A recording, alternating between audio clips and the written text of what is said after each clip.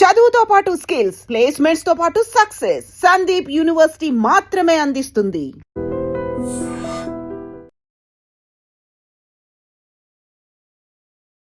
నమస్కారం, welcome to I dream. ధర్మ మార్గం విత్ విజిత కార్యక్రమానికి స్వాగతం.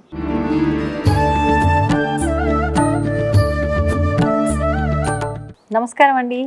జయము జయము జయము సోదరికి, ప్రజలకు, మా మీడియా బంధువులకు, వాట్సాప్ గ్రూప్కు అందరికీ అనేక విధాల శుభములు చేకూరుగాక.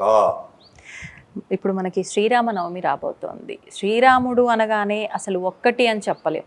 ధర్మానికి మనం రామాయణం కనుక తీసుకుంటే ప్రతి ఒక్క బంధానికి, తల్లికి, తండ్రికి, సోదరులకి, భార్యకి అందరికీ సమన్యాయం చేశారు. మరి ఇంతమందికి సమన్యాయం చేసి సమాజంకి అంటే రాజ్యాన్ని పరిపాలించడంలో ఏమైనా లోటు చేశారా అంటే అది కూడా లేదు. అటు రాజ్యాన్ని కూడా చాలా చక్కగా ప్రజలందరినీ దృష్టిలో పెట్టుకొని చేయాల్సినవన్నీ చేశారు.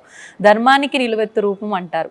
మరి అటువంటి స్వామి యొక్క వేడుక చేసుకోబోయే రోజు దగ్గరలో ఉంది. ఒకసారి దాని గురించి మాట్లాడుకునే ప్రయత్నం చేద్దాం.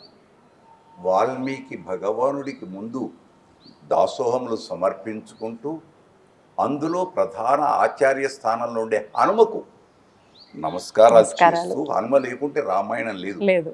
వాస్తవానికి రామాయణం గురించి తెలుసుకోవాలి అంటే వాల్మీకి భగవానుడు 3 పేర్లు పెట్టాడు దానికి. రామస్య అయనం రామాయణం అని అందరికి ఎరక, కానీ పౌలస్య వధనం చైవ రావణుని యొక్క సంహారం, రామ అవతారం యొక్క విశేషం రావణ సంహారం, దుష్ట శిక్షణ 2. మూడవది సీతాయ చరితం మహత్. ఇది ఆడపడుచులు గమనించాలి. సీత యొక్క గొప్పనైన చరిత్ర, అవును, గొప్పనైన చరిత్ర 1. కైక కోరింది రాముణ్ణే కోరింది. అడవికి 14 సంవత్సరాలు నారవస్త్రంలో సీతను కోరలే, సీతనే నేను వస్తాను. అవును, అందరు ఆడపడు చూడండి, ప్రతి అభివృద్ధి వెనక కానీ కష్ట సుఖాలకు కానీ స్త్రీ ప్రాధాన్యత అని కొందరు అంటారు. నేనేదో స్త్రీల గురించి గొప్పగా మాట్లాడుతున్నాను అనుకోకూడదు, ఉన్న వాస్తవం చెప్తున్నా. అయితే అక్కడ సీత ఏమంది? మా నాన్నగారు నీ చేతుల్లో కన్యాదాన రూపంలో ఉంచేటప్పుడు ఏం చెప్పాడు గుర్తుంచుకో. వచ్చేది శ్రీరామ కళ్యాణం కాబట్టి జనక మహారాజు రామయ్య చేతిని, సీతమ్మ చేతిని రామయ్య చేతిలో పెడుతూ ఉంచేస్తూ, ఇయం సీత మమ సుత సహధర్మ చరీతవ ప్రతీచ్ఛ ఏనాం భద్రంతే. రామా నీకు భద్రం, ఈవిడను స్వీకరించు అన్నాడు. ఇప్పుడు భార్య చేత భర్తకు భద్రమా ఇబ్బందుల? ఇబ్బందులుని ఆధునిక కాలంలో అనుకుంటారు. ఆధునికులు దాన్ని వదిలేద్దాం. అదే రాముడు అన్నాడు, సీతే భద్రం, జాగ్రత్త, అడవి సింహాలు పులులు ఉంటాయి, నువ్వు సుఖంగా పెరిగావు, అతి సుఖంగా పెరిగావు, అక్కడ రాళ్ళు రప్పలు పల్లేరుకాయలు ఎన్నో ఉంటాయి, నువ్వు తట్టుకోలేవు. అప్పుడు ఈమె ఈ మాట అని ప్రయాణం అయింది. దాని తర్వాత లక్ష్మణుడు ప్రయాణం అయ్యాడు సీత ద్వారా. ఇదంతా కథ చాలా విశేషం. రోజులు నెలలు ఎంత చెప్పుకున్నా తప్పు, ఆ తక్కువ. అయితే అసలు రాముడు ఎందుకు పుట్టాడు? 1, రామో విగ్రహవాన్ ధర్మ. ధర్మం అంటేనే రాముడి యొక్క స్వరూపం, ఆకారం. మీరు అన్నారే ముందు ప్రశ్నలోనే మీరు చెప్పారు, 6 అడుగుల బుల్లుడు రామయ్య అంటారు సినిమాలలో కానీ ఇక్కడ. ఆజానుబాహుడు ఆయనకి. శ్రీరాఘవన్ దశరథాత్మీయం అప్రమే, ఇలా శ్లోకాలు ప్రార్థనలు. అయితే అక్కడ చంపూ రామాయణంలో ఒక మాట ఉంది. భోజ మహారాజ్ అంటాడు, లగ్నే కర్కటకే పునర్వసుయితే మేషంగతే పూషణి నిర్దగ్ధుం నిఖిలా ఫలాశ సమిదాహ అని చెప్తాడు. మొత్తం రాక్షసులనే సంహారానికి ఒక యజ్ఞ రూపంలో యజ్ఞకుండం అనే అయోధ్యలో ఆవిర్భూతమభూతపూర్వమపరం యత్కించిదేకమ్మ, ఒకానొక కించితైన శక్తి పుట్టింది. ఆ శక్తే రామభద్రుడు. రాముడు మొట్టమొదట మానవుడిగా వచ్చినవాడు. తర్వాత ఆ రాముడు చక్రవర్తి కాబట్టి పాదరక్షలు కిరీటం బరువులతో, 1 బరువు, 2 పాదరక్షలు చిన్నం. అవి ఉంటే ప్రజల దగ్గరికి రావటానికి వీళ్ళే ప్రోటోకాల్ ఇవన్నీ ఉంటాయి ఇప్పుడు మంత్రుల దగ్గర వీటి దగ్గర అని. కృష్ణయ్య అవేవీ లేకుండా చిన్న తలపాగా లేదా తలపాగా వదిలేసి ముడి, గురువె గింజల హారం, పాదాలకు ఇవి లేకుండా గోవులు వెనుక వచ్చాడు. రాముడి కంటే ఇంకా గొప్ప కృష్ణుడు. అవును. గోధూళితో వచ్చేవాడు. ఆ, విన్నారా? అందుకే పేరు పెట్టుకున్నాడు రామకృష్ణ అని కూడా పేరు పెట్టుకుంటారు ఇవన్నీ. కనుక ఇప్పుడు రామ నవమి కనుక దీనికి పెద్దలు ఏమంటారంటే అష్టమి నవములు కష్టాలని లోకంలో సామెత. అందుకు ఈ అష్టమి నవములు వెళ్ళి అడిగాయట, ఏ దేవా నన్ను ఎందుకు సృష్టించావు, కష్టాలు కదా అని. ఓహో అలానా అని కవులు అంటారు, పెద్దలు అంటారు. మనకి ఇక్కడ ప్రాధాన్యత ఎక్కడుంది అని చెప్పలేము. కానీ ఏమంటారు అప్పుడు భగవంతు, ఓహో మీకు ప్రాధాన్యత ఇస్తానని నవమి నాడేమో రామయ్య పుట్టాడు, అష్టమి నాడు కృష్ణుడు పుట్టాడు.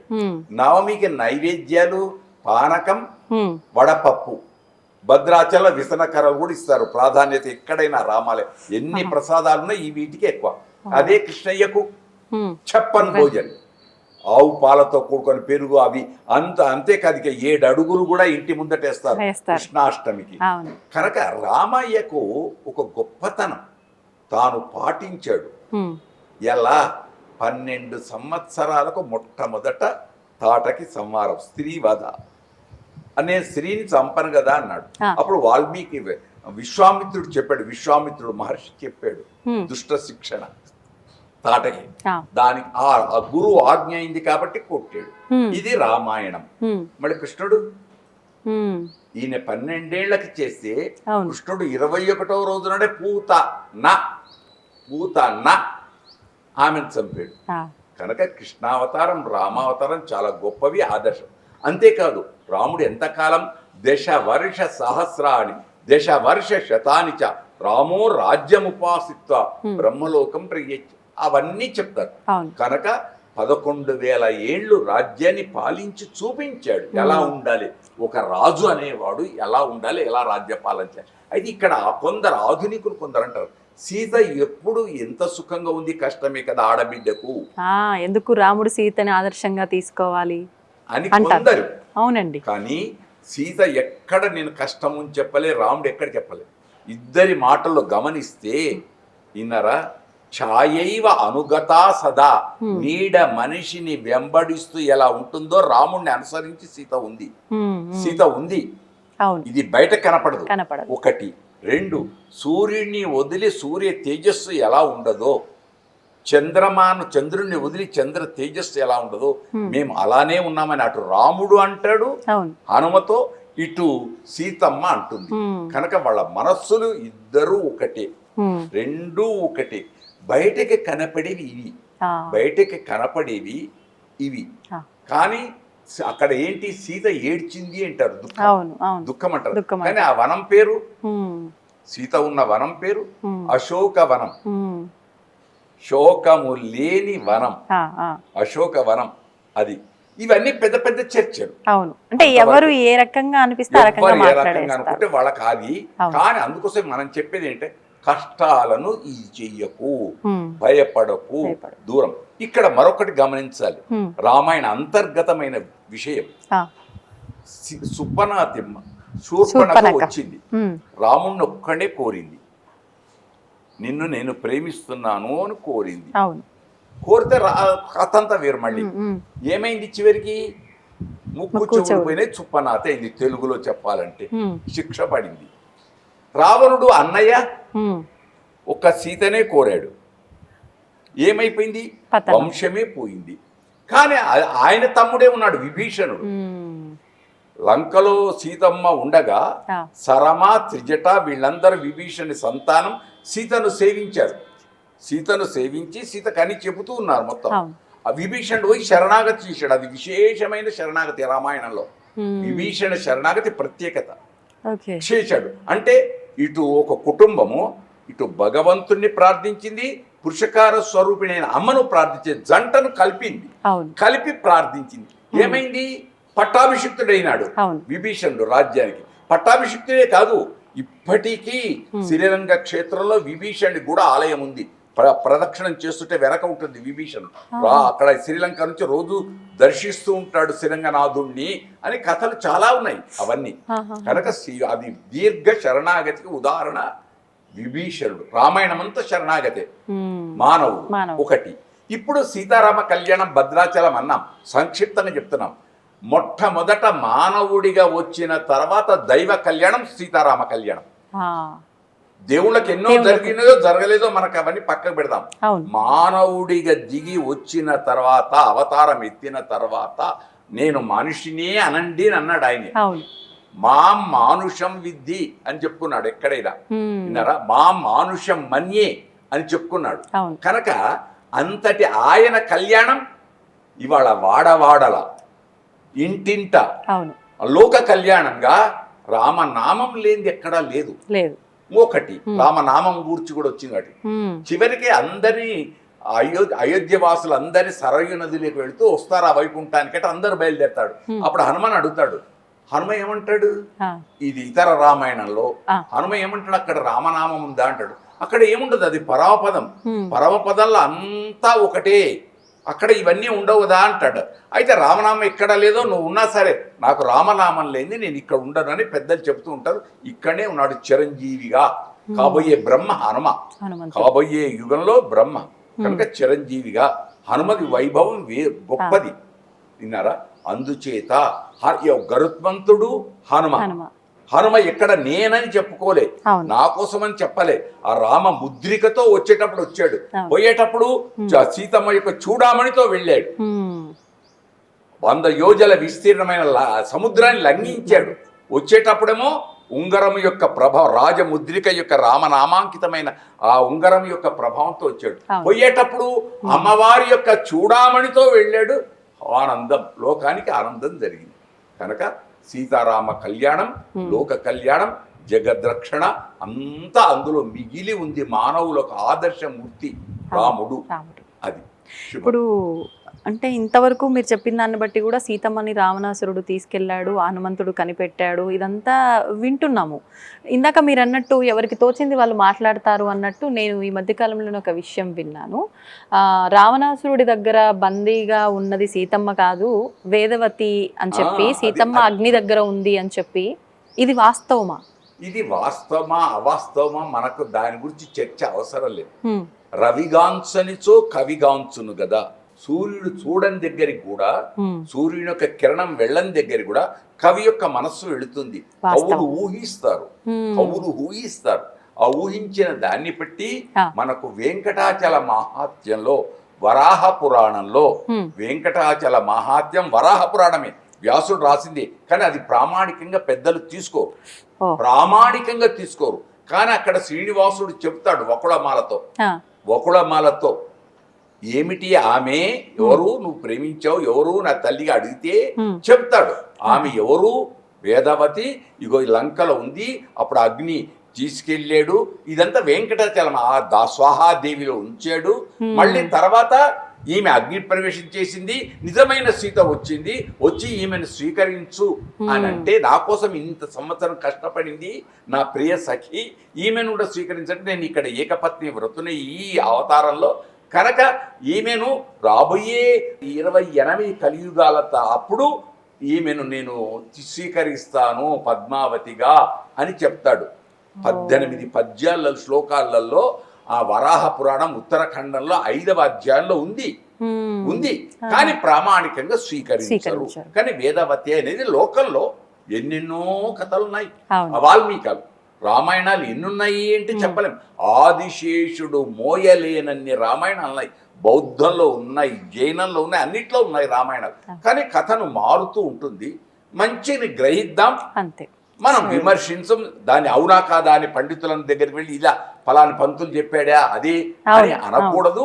మంచిని గమనిద్దాం. అదంతా వాళ్ళిద్దరు విడిపోరు ఎప్పుడు. విన్నారా? ఆదర్శ దంపతులు. అందుకే జగత పితరవు, జగత్తుకే తల్లిదండ్రులు. ఈమె పురుషకార స్వరూపిణి. కనుక సీత లేకుంటే రామాయణం లేదు. అది ముఖ్యంగా. ఇంతేకాదు ఇంకోటి కూడా ఉంది. ఇంకా నేను మీరు అడగకముందే చెప్తున్నాను. రాముడి కంటే సీత వయస్సు ఎక్కువది అని కూడా ఓ చర్చ ఉంది పెద్దది.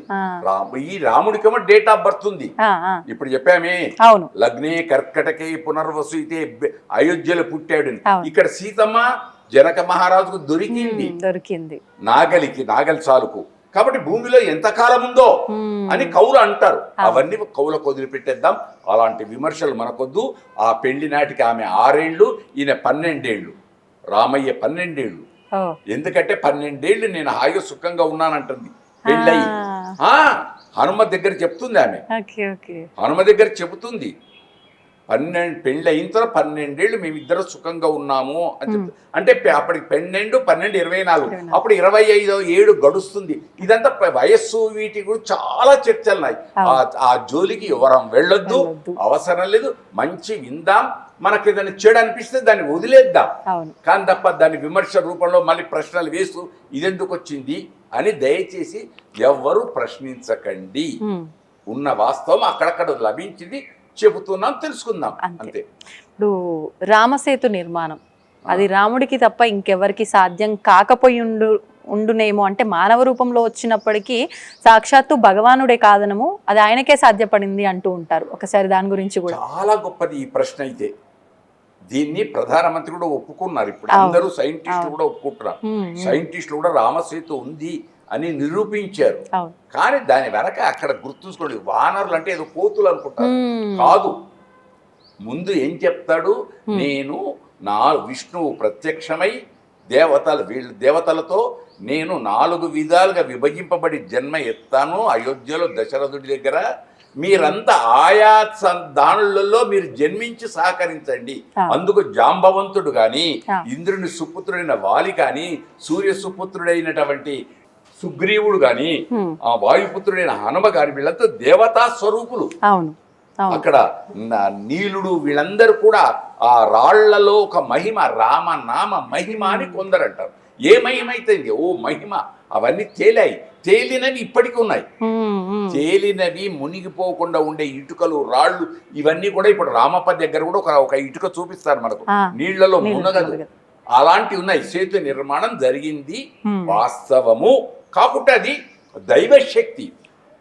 దైవశక్తి అందులో దాగి ఉంది. ఇప్పుడు ఇస్రో వాళ్ళు కూడా చూడండి ఒకసారి, మళ్ళీ విమర్శకొద్దు, ఎక్కువ చెప్తున్నాను. ఇస్రో వాళ్ళు వెళ్ళి వాళ్ళు ఒక శాటిలైట్ ను పంపించే ముందు దైవ ప్రసాదంగా తీసుకొచ్చి ఫెయిల్ కాలే. 2-3 సార్లు వాళ్ళు ఏదో దాన్ని నిర్లక్ష్యం చేసేందుకు ఫెయిల్ అయింది అని వింటున్నాం. మనకు తెలియదు, దాన్ని వదిలేద్దాం. కనుక ఒక దైవ శక్తి, బలీయమైన శక్తి ఉంది. అది అందరికీ రక్ష, అందరికీ. దేవుడు నమ్మని నమ్మకపోని. ఇంకొక మాట కూడా చెప్తున్నాం, ఎందుకంటే కొందరు విమర్శించే వాళ్ళు ఉంటారు. తల్లిగా మీరు ఒక ఆడపడుచుగా అడిగారు, ఒక ఇంటిలో 7 సంతానమో 5 సంతానమో ఉంది. 5వ వాడు చాలా చెడ్డవాడు. ఆ ఇంట్లో పెళ్లి జరుగుతుంది, పెళ్లికి 4 వచ్చారు. 5వ వాడు రాలేదు, చెడ్డవాడు రాలే. 6 వచ్చారు, 7వ వాడు రాలేదు. కానీ ఆ తల్లి ఏమంటుంది, వాడు రాకపాయ్ అంటుంది. అన్నప్పుడు ఇక్కడ ఈ తక్కిన మంచి వాళ్ళు సంతానం ఏమంటారు, అమ్మ వాడు వస్తే రాకుంటుంది, వాడిని ఎందుకు తలుస్తున్నావు, వాడు అట్లా ఉండని అంటే, కాదురా వాడు ఏమైనా బాగుపడతాడేమో, ఇక్కడ ఏదో పూజ జరుగుతుంది, ఎవరో పెద్దలు వచ్చారు దీవిస్తారేమో అని తల్లి మనస్సు. చెడును బాగు చేయుట, మార్పు కోరుట. మంచివాడు మంచే ఎట్లయినా, కానీ చెడును బాగు కోరుట తల్లి మనస్సు. ఇదే అక్కడ కూడా పురుషకార స్వరూపిణైన అమ్మ కూడా. అందుకే శ్రీరామ రామ రామేతి అని ఎవరు అడుగుతారు, కేనోపాయేన లఘున విష్ణోర్నామ సహస్రకం అని అడిగేది పార్వతి, చెప్పేది శివుడు పరమేశ్వరుడు విశ్వాసనామంలో. కనుక ఇద్దరు ప్రకృతి మనకిచ్చింది. బ్రహ్మచర్య, గార్హస్థ్య, వానప్రస్థ, సన్యాసములనే 4 ఆశ్రమాలలో ధర్మపత్నితో కూడుకున్న ఈ ఇదే గొప్పది. ఆమె ఏదో భార్య అని అంటారు, భార్య కాదు,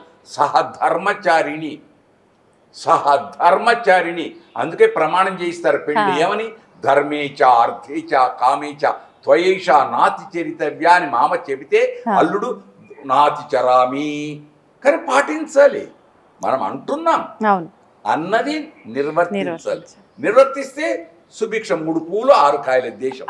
అది స్త్రీలకు దక్కుగాక, పురుషులకు దక్కుగాక, దంపతులు హాయిగా ఉందురుగాక, ఆనందంగా. అప్పుడు కౌసల్య సుప్రజ రామ, మంచి సంతానం. సుప్రజ ఉత్తప్రజ అని నేను అనటాలే, సుప్రజ. ఆ సుప్రజ కూడా ఎలా ఉండాలి, పుట్టినవాడు కర్తవ్యం. అది వాల్మీకి భగవానుడు వేసిన పదం, కర్తవ్యం. ఏ సమయంలో ఏ చేయాలో అది చెయ్యాలి. ఎప్పుడు లేవాలో అప్పుడు లేవాలి, ఎప్పుడు స్నానం చేయాలో అప్పుడు స్నానం, ఎప్పుడు స్టడీ చేయాలో అప్పుడు స్టడీ చేసే దగ్గర కాలేజీలకు వెళ్ళిన తర్వాత ఏదో బొమ్మలు వేసుకుంటూ ఉండకూడదు. ఏకాగ్రత, అవధానం అది ఉంటేనే అన్ని సాధిస్తాం. కనుక ఇలాంటివి చక్కటిది రామో విగ్రహవాన్ ధర్మ. కాబట్టి అందరికీ మొదటిది ఉగాది శుభాకాంక్షలు, రెండవది శ్రీరామ నవమి యొక్క శుభాకాంక్షలు. రామయ్య కళ్యాణం అందరికీ దేశానికి కళ్యాణమగుగాక. కళ్యాణం అంటే పెళ్లి అనుకుంటున్నారు, కళ్యాణం మంగళం శుభం, క్షేమములు శుభములు చేకూరుగాక. అది ఇప్పుడు రామనామం గురించి ఎంతో గొప్పది మీరు చెప్పారు, వాస్తవము. అష్టాక్షరి పంచాక్షరి మంత్రాల యొక్క సారం అంటే రెండిటిదే రామనామము అంటారు. అన్ని సారాలు ఒకటే. మంత్రం మననాత్ త్రాయత ఇది మంత్ర. మననం చేస్తే రక్షించేది మంత్రం. ఏ మంత్రం అని మనకు అవసరం లేదు. ఈ మంత్రమా ఆ మంత్రమా ఆ మంత్రమా అని వద్దు. అన్ని మంత్రాలు మంచివే. నీ మనస్సు బాగుంటే, మనస్సు బాగుంటే. దీనికి మనకు వాల్మీకి రామాయణం దొరకదు. వ్యాధుడు వాల్మీకి రామ అనే అనరాలే. సప్త ఋషులు వెళ్ళి చెప్తారు, అది వేరే రామాయణం. మనకు వాల్మీకి రామాయణం వెళ్ళి చెప్తారు. సప్త ఋషులు వచ్చేసి రామ హనుమంటారు, అనరాదు. అప్పుడు ఏం చేశారు, ఆ మర్రి చెట్టుని ఈ మర్రి చెట్టును చూపించారు, ఆ మర్రి ఈ మర్రి హనుమన్నారు అంటూ అంటూ పోతుంటే రామ రామ రామ రామ వచ్చింది. అది ఎప్పుడు వాల్మీకం పుట్ట పెరిగింది, అందులో నుంచి వచ్చాడు. ఏదో ఏదో అది కవులు రచిస్తారు. ఇంకా అందున జానపద కవులు ఇంకా బాగా. ఈ కవుల కంటే జానపద కవులు చాలా గొప్పవాళ్ళు. జానపద కవులు చాలా గొప్ప. జానపదంలో ఎన్నో ఉన్నాయి. అక్కడ జానపదుల యొక్క పాటలలో మా అక్క మరిది దండించు నిన్ను, మా అక్క మరిది దండించు నిన్ను అంటే భార్య తన భర్త పేరు కూడా చెప్పదు, నా మగాడు మా ఆయన అని కూడా అనదు. మా అక్క మరిది ఎవరు? ఊర్మిళ. ఊర్మిళ అంటుంది లక్ష్మణి భర్తనే. కానీ భర్త ఎలా వచ్చాడు? గడ్డం మీసాలతో 14 ఏళ్ళు క్షురకర్మ లేకుండా తన ఇంటికి వచ్చాడు. మారిపోయాడు, ఆహారం లేదు, నిద్ర లేదు. అలా వచ్చినప్పుడు ఏమంది ఆమె? ఎవరో పరపురుషుడు వస్తున్నావు, అంతఃపురంలోకి రాకూడదు, మా అక్క మరిది దండించుంటే మా ఆయన అని. చూడండి, దాంట్లో ఎంత సంస్కారం, ఎంత సంస్కృతి. తెలుగు వాళ్ళ యొక్క మరి ఆడపడుచుల యొక్క సంస్కృతి. పేరు కూడా అనని వాళ్ళు ఉన్నారు. ఇప్పుడు పేరు పెట్టే పిలుస్తారు. ఏమో పంతులకి ఏం పనిలేదా అంటారు. కనుక జాగ్రత్త. మీరు ఇప్పుడు ఈ మాట మాట్లాడారు కాబట్టి నేను ఈ మధ్యలో ఇంకొక మాట విన్నా. లక్ష్మణుడు తిరిగి ఆవిడ అంటే భార్య దగ్గరికి వచ్చినప్పుడు ఆవిడ అంటే అన్న కోసము వదిన కోసము వెళ్ళావు, నన్ను ఇక్కడ వదిలేసి అన్నట్టుగా అక్కడ వాళ్ళిద్దరి మధ్య ఏదో సంభాషణ జరిగింది అన్నట్టుగా, అవి కూడా పుకార్లేనా? పుకారాలే. విన్నారా? ఒకటి అలా ఉంటే అత్తగారు ఉన్నారే సుమిత్ర, సుమిత్ర కొత్తగా పెళ్ళైన వాడు కదా, మళ్ళీ కొడుకుతోటి ఏమనాలి? కొడుకుతోటి మీ ఆమె మొన్న పెళ్ళైన వాళ్ళదయా సుఖంగా అనుభవించు ఉండు అని అనాలి. అనలే, ఏమన్నది? రామం దశరథం విద్ధి మాం విద్ధి జనకాత్మయాం అయోధ్యాం అటవీం విద్ధి గచ్చ తాత యథా సుఖం. తాత ఓ బిడ్డ, సంస్కృత తాత అంటే కొడుకు, ఓ బిడ్డ గచ్చ వెళ్ళు అన్నయ్యతోటి. ఎట్లా? కానీ అక్కడ చెప్పింది తల్లి. చూడండి తల్లి ఉపదేశం. రామం దశరథం విద్ధి, మీ నాన్నతో ఎలా చూసుకుంటావు అలా చూడు. మాం విద్ధి జనకాత్మజాం, ఇది గొప్పది. నన్ను చూచినట్టు జనకాత్మ సీతను చూడు అన్నది. మళ్ళీ సీత ఏమంది అక్కడ? నువ్వు నన్ను అనుభవించటానికి వచ్చావు నా మిమిక్రీ చేశాడు కదా మారీచుడు.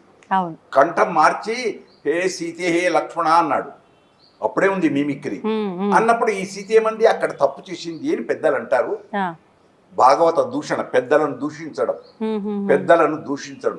రామ అనుజుడు, రాముడి యొక్క అనుజుడు లక్ష్మణుడు. అది మళ్ళీ తెలుగు రామాయణ భాస్కర్ రామాయణంలో వెంటనే మళ్ళీ సీత రావణుడు అపహరిస్తుంటాడు. అన్నా లక్ష్మణ పుణ్యనిధిన్ అజ్ఞాననైనాడితిన్ నన్ను ఆ పాపము వచ్చి ముట్టుకొని అని. ఎంత చక్కగా తెలుగులో రామాయణంలో ఆ పాపం నిన్ను పెద్దవాళ్ళను దూషించినటువంటి పాపం నాకు అంటుకుంది అని సీత చెప్పుకుంది. తెలుగు రామాయణం, సంస్కృత రామాయణంలో కూడా ఉంది, ఆ సంస్కారం అంతా ఉంది. కనుక ఇక్కడ ఎవ్వరూ ఎక్కడ బాధపడలేదు, సహజం. అయితే కొందరు జానపదులలో ఉంది ఊర్మిళ నిద్ర అని. ఆ, ఆ ఆవలింతలు వచ్చినప్పుడు లక్ష్మణుడి దగ్గరికి వస్తే నిద్రాదేవి వచ్చి అందరు పడుకుంటాం, నువ్వు ఎందుకు పడుకోవాలంటే నా కొత్త పెళ్ళి నిద్ర, మా భార్య దగ్గరికి ఓ అని ఈ నా 12 గంటలు ఆమె 12 గంటలు మొత్తం నిద్రకు కల్పించుకున్నాయి తప్ప మనకెక్కడ తెలియదు. అది వాళ్ళ పెద్దల కుదిరిపెట్టే అలాంటి విమర్శలన్నీ. కానీ అందరూ ఆదర్శ దంపతులు. అది ఇంకా సంతోషం అండి. ఇంకా నా డౌట్స్ అయితే ఇంతే. మీరు ఇంకేమన్నా చెప్పదలుచుకుంటే సమాజానికి ఈ శ్రీరామనవమి సందర్భంగా? సమాజానికి ఇందులో ఎన్ని ఇవ్వాలో అన్ని ఇస్తాం, కానీ పట్టుకునేవాడు ఉండాలి. ఒకటి అందరు మనకి ఏళ్లే సరిగా లేవు, 5 ఏళ్లే ఎక్కువ తక్కువ ఉన్నాయి. ఇంట్లో ఉండే పిల్లలు కూడా అంతే అంతే అంతే, సమాజంలో కూడా అంతే. కానీ ఒక్కడు రాముడి లాంటి వాడు ఒక్కడు ఉత్తముడు వచ్చినా సమాజం బాగుపడుతుంది. హనుమ లాంటి వాడు స్వార్థం లేకుండా నిస్వార్థంగా సేవ చేస్తే తన పేరు చెప్పుకోడు ఎక్కడ. దాసోహం కోసలేంద్రస్య రామస్య అక్లిష్ట కర్మణ అని చెప్పుకుంటాడు ఎక్కడైనా, విన్నారా? అందుచేత అలాంటి వాళ్ళు ఉంటే దేశానికి అవసరం. దేశానికి అవసరం తర్వాత విన్నారా, ఇల్లుకు ఇంటికి ముందు ఇప్పుడు ప్రస్తుతం అంటే నేను విన్నది ఎంతవరకు నాకు తెలియదు, ఇంట్లో ఈగల మూత బయట పల్లకి మూత అని ఒక సామెతలు ఉన్నాయి. ఇంట్లో అన్ని లోపల గొడవలే ఉంటాయి, బయట మాత్రం గౌరవాలు దండలు వేస్తూ ఉంటారు, ప్రతి వాళ్ళ వెనక ఉంటుంది. అది సహజ నీడ ఉంటుంది, మనం నడుస్తుంటే మన నీడనే మనకుంది, కష్ట సుఖాలు ఉంటాయి. కానీ అలా ఉండకుండా ఇంట్లో కూడా సమిష్టి భోజనం అంటాం, అందరూ కలిసి భోజనం చేస్తూ నవ్వుతూ ఆనందంగా గడిపితే అదే నిజమైన ఉగాది. రోజు ఈ డైనింగ్ టేబుల్స్ వచ్చాయి, భోజనాలు ఇవన్నీ ఉన్నాయి కనుక అందరూ కుటుంబ సభ్యులందరూ కలిసి, ఎక్కడో దేశాన్ని కాదు, కుటుంబ సభ్యులందరూ కలిసి నవ్వుతూ ఆ ఉన్న ప్రసాదాన్ని పదార్థాన్ని హాయిగా భుజిస్తే చాలు, ఇతర విమర్శలకు పోకుండా.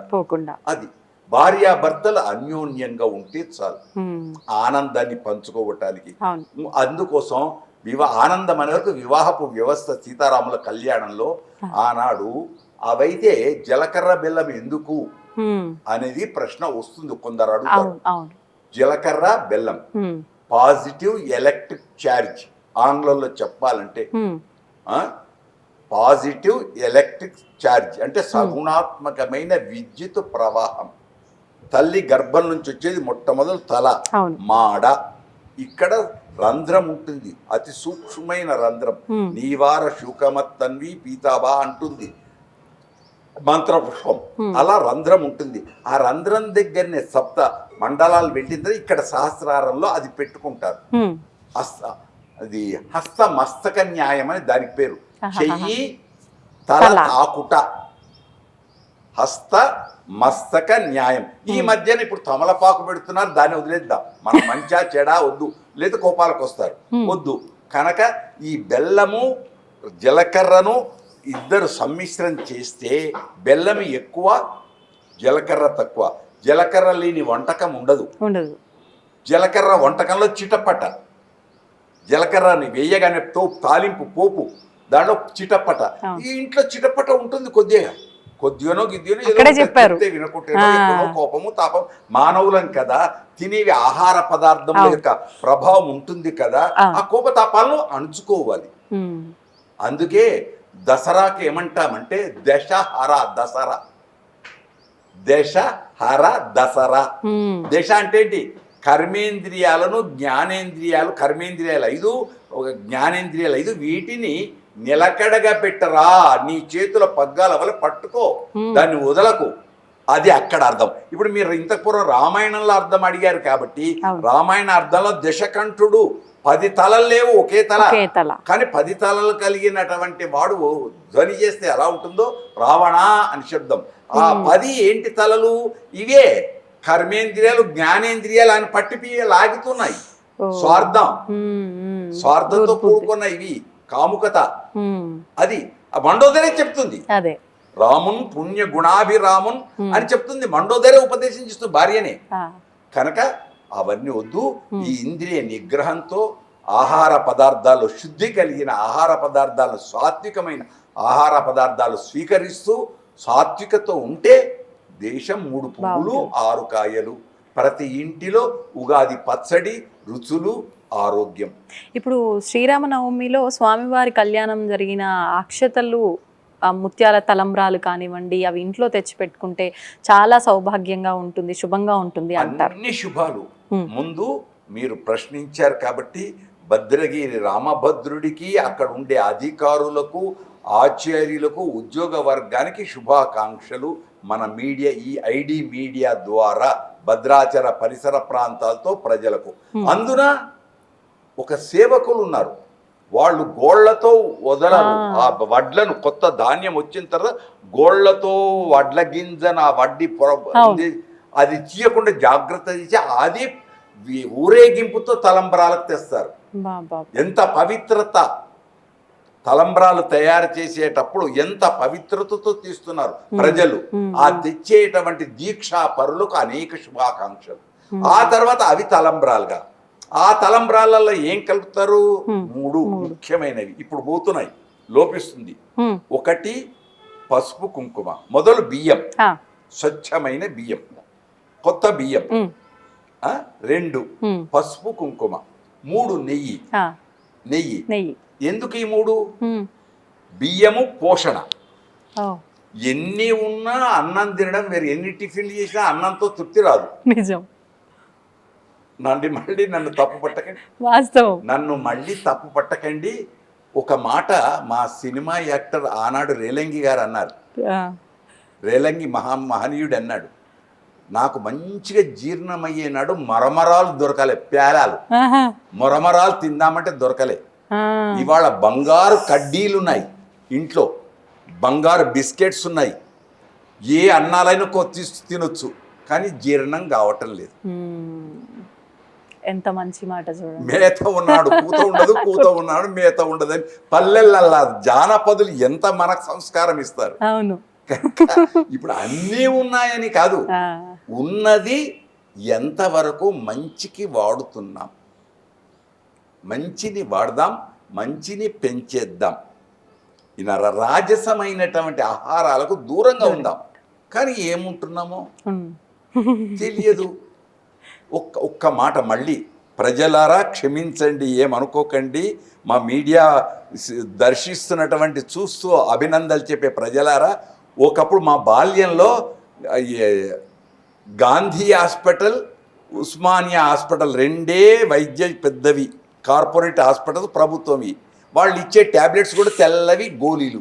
ఇప్పుడు వీధికి 5 హాస్పిటళ్ళు, 10 మెడికల్ షాపులు. మళ్ళీ రుగ్మతలు పెరుగుతున్నాయా తగ్గుతున్నాయా? పెరుగుతున్నాయి. ఎందుకు పెరుగుతున్నాయి? కారణం మనమే. మళ్ళీ పెళ్లిళ్ళు అందరికి తెలియాలి, గుర్తుంచుకోండి. ఒకటి పెళ్లిళ్ళు అన్నప్పుడు మళ్ళీ ఇప్పుడు నేను దాని మధ్యన కొద్దిగా వదిలేను. బియ్యము, పసుపు కుంకుమ, నెయ్యి. బియ్యము పోషణ, పసుపు కుంకుమ స్త్రీలు కోరే సౌభాగ్యం. స్త్రీలు కోరే, అందరు కోరే సౌభాగ్యం పసుపు కుంకుమ. నెయ్యి జ్ఞానం. నెయ్యి గట్టిపరుస్తుంది, నీళ్లతో తలపకూడదు. నీళ్లు పోసి కొందరు అక్షతలు తయారు చేశారు పసుపుతో. నీరు తాకిందంటే బియ్యం విరిగిపోతుంది, కుటుంబం విచ్ఛిన్నం. అంటే పూజకు చేసే పెళ్లికి కూడా ఎక్కడైనా నీటితో కాకుండా నెయ్యితో శుభానికి. జ్ఞానం అవిచ్ఛిన్న జ్ఞానం. నూనెను దారగా పోస్తే తెగదు, ఆ కొన ఇలా ఉంటుంది, మొత్తం అవిచ్ఛిన్నంగా తెగిపోకుండా ఉంటుంది. దాంపత్య జీవనం కూడా అంతే. మళ్ళీ ఇప్పుడు ఇక్కడ 2వ ప్రశ్న అడుగుతుంది, నెయ్యి ముద్ద అన్నారు కదా, మళ్ళీ ఇప్పుడు జ్ఞానం వల్ల నూనె వల్ల అనొద్దు. వేడి చేసి ఉంచుతాం కదా నెయ్యి కూడా, నెయ్యిని తెల్లది అట్లా కాదు, అది అక్కడ. అందుచేత నెయ్యి, ఆ 3 కలపాలి. ఆవు నెయ్యి అండి, ఆవు నెయ్యా ఏ నెయ్యా అని ఇప్పుడు స్వచ్ఛత ఉందా లేదా ఆ ప్రశ్నలకు వద్దు, ఆ ప్రశ్న నెయ్యి ఆవు నెయ్యి అని అందరు ఒప్పుకుంటాం. మళ్ళీ దొరుకుతుందా దొరకలేదా అని తిరుపతి లాంటి వాళ్ళకే ఇవన్నీ ప్రశ్నలు వచ్చి ఇవన్నీ జరుగుతున్నప్పుడు మనం వాటి వద్దు, నెయ్యి అంతే. స్వచ్ఛత, ఆవు అంతవరకే, అంతే. లేబుల్ అంతే, అంతవరకే. అవునా కదా మీ ఇష్టం, వదిలేద్దాం. మనం పెద్దలు చెప్పింది వినడం మన ధర్మం కనుక ఈ 3. ఈ మధ్యలో ఏమొచ్చాయి? రంగురంగులు వచ్చాయి. అవును, చెమ్కీలు, ఏమోమో నా నోటి చెడ్డది. అవన్నీ ఏ వేటితో చేస్తున్నారు? ప్లాస్టిక్, ఇనుము, ప్లాస్టిక్లు, ఇంకా పని ఊదేది, అవన్నీ అవి పిల్లలు ఏరుకుంటారు, అనారోగ్యాలు. ఇవి ఎందుకు అవసరమా? అవసరం, అవసరం. ఎందుకు? వేడుక, వేడుక వేడుకనే ఉండాలి. వేడుక వేడుకనే ఉండాలి తప్ప ఇక శాస్త్రం మాత్రం పెద్దల నుండి వచ్చింది. అవి అక్షతారోపణ, దాని పేరు తలంబరాలను బయటకంటాం, కానీ అక్షతలను ఆరోపించుకొనుట ఒకటి. రెండు, ఇక్కడ ఇంకొకటి, అప్పటిదాకా అమ్మాయి తల ఉంచుకొని ఉంటుంది, అక్కడ వీరవనిత, ఇద్దరు భార్యాభర్తలు పోటీ, సమ ఉజ్జి. అందుకే 7 అడుగుల బంధంలో 7వ అడుగు సఖా సప్తపదీ భవ, ఇద్దరం స్నేహితులము అని మంత్రమే, మంత్రమే. కనుక వివాహపు వ్యవస్థ చాలా గొప్పది, ఆ తలంబరాల వ్యవస్థ చాలా గొప్పది. ఉంచుకునేటప్పుడు మంత్రాలు కూడా 4 మంత్రాలు. ఆ తలంబరాలు ఉత్త కాదు. పశవోమి కామః సమృద్ధితాం, యశోమి కామః సమృద్ధితాం, యజ్ఞోమి కామః, ఇట్లా 4 మంత్రాలతో మా వంశం వర్ధిల్లుగాక, పశు సంపద వర్ధిల్లుగాక, ఆరోగ్య సంపద వర్ధిల్లుగాక, మా వంశం యొక్క కీర్తి దశ దిశల వ్యాపించుగాక అని మంత్రమే. ఏదో ఉత్తగా బియ్యం పోసుకోవడం కాదు, తలంబ్రాలకు అది ప్రాధాన్యం. ఇప్పుడు స్వామివారి కళ్యాణం సమయంలో చదివే మంత్రాలు మానవుల కళ్యాణంకి మంత్రాలు సేమ్ ఉంటాయండి? దేవుడికి కళ్యాణం జరిగిందని ఎక్కడైనా ఉందా? లేదు. ప్రాధాన్యత నాకైతే ఇక్కడ కవులు రాస్తున్నారు గ్రంథాలలో కళ్యాణాలు ఇలా జరిగాయి, ఇలా జరిగాయి, ఇలా జరిగాయి, గ్రంథ ప్రాధాన్యత ఉంది. కానీ కళ్యాణం అనేది ఎప్పుడు మొదలైంది? ఎన్ని యుగాల క్రితం మొదలైంది? క్వశ్చన్ మార్క్ అంటారా? క్వశ్చన్ మార్కే. నరసింహ కళ్యాణం ఉందా? మత్స్య కళ్యాణం ఉందా? కూర్మ కళ్యాణం ఉందా? వామనుడు బ్రహ్మచారి కదా, వామన అవతారం బ్రహ్మచారి కదా, పరశురామ అవతారం కోపమే కదా. అయింది అవతారం ఎవరు? రాముడిది. మొదటిది రామయ్య కళ్యాణమే. భూమి మీద మనతో నడిచాడు, మనతో కలిశాడు, మనతో రాముడి దగ్గర గమనించాల్సింది, తానే నవ్వుతూ, స్మిత పూర్వభాషని ఆయన పేరు, తానే ప్రజల దగ్గరికి వచ్చి నవ్వుతూ మాట్లాడించేవాడు, ప్రజలను పలకరించేవాడు. ఉదాహరణకు గుహుడు విన్నారా? సఖా అంటాడు, స్నేహితుడు అంటారు. కనుక అహంకారం ఉండకూడదు. ఆ గొప్పతనాలు ఎన్ని యుగాలు చెప్పుకున్నా సరిపోదు. కనుక అది ఆచరిద్దాం, ఆనందిద్దాం. ఒకటి. రెండు, ఈ మధ్య కాలంలో తప్పు పట్టకండి ప్రజలారా, మీరు నన్ను తప్పు పట్టకండి, మా సోదరిని తప్పు చేయకండి, రేపు మళ్ళీ ఇంకో ప్రశ్న వేయకండి. అమ్మాయిని వెనక్కి లాగడం, అబ్బాయిని వెనక్కి లాగడం, ఇది వాళ్ళ ప్రేమకు మనం అడ్డొస్తున్నాం. వాళ్ళకు వదిలేదాలి. తలంబరాలప్పుడు కానీ, ఈ ఈలలు వేయడం కానీ, ఇవన్నీ కొన్ని వస్తున్నాయి. అవి రానివ్వకుండా ప్రయత్నం చేద్దాం. మీరు వచ్చేందుకు తప్పు అని అనటం లేదు, ఒక పంతులుగా నేను తప్పు అంటున్నాం. దోషం అనేది ఉన్నదని చెబుతున్నాను తప్ప మీ వేడుకలకు మేము అంతరాయం కాదు. మంచి చెప్పడం ధర్మం మీడియా ద్వారా. అది మీరు మంచి స్వీకరిస్తే మంచి స్వీకరించండి, లేదా ఊరుకోండి, కానీ తప్పు పట్టకండి. అది నిజంగానే చాలా మంచి విషయాలు మీరు చెప్పింది. ప్రతి ఒక్కరు ఇప్పుడు చేస్తున్న పని అదే, చెప్పడంలో తప్పేమీ లేదు. ఏమో అంటే ఎవరి దృష్టి వాళ్ళది, ఎవరి దృష్టికోణం వాళ్ళది. అంతేలేండి. మంచి ఉంటుంది, బొమ్మ బొరుస, నాణానికే బొమ్మ బొరుస రెండు వైపులు ఉన్నాయి. మనకు ప్రపంచంలోనే అమావాస్య ఉంది, పౌర్ణమి ఉంది. కానీ భార్యాభర్తలు, ఇక్కడ మీరు వివాహపు వ్యవస్థ తెచ్చాం, స్త్రీకే ప్రాధాన్యం. అక్కడ కూడా దేవుడి దగ్గర వచ్చారు లక్ష్మీనారాయణుడు, పార్వతీ పరమేశ్వరుడు. మరి చివరికి ఇంటికి వచ్చే వరకు భార్య భర్త. మొగారి పేరా ఆడపేరా? ఆడపేరేనా? మళ్ళీ ఎందుకు కోపానికి వస్తారు? ఆడవాళ్ళకే ప్రాధాన్యం ఇస్తారు. అంటే పేరులో ఉన్న ప్రాధాన్యత నిజ జీవితంలో లేదు అనే భావన ఉంటే చాలు, అంతే. అంతకంటే ఇంకేముంటుంది? ఎక్కడ తెలుస్తుంది?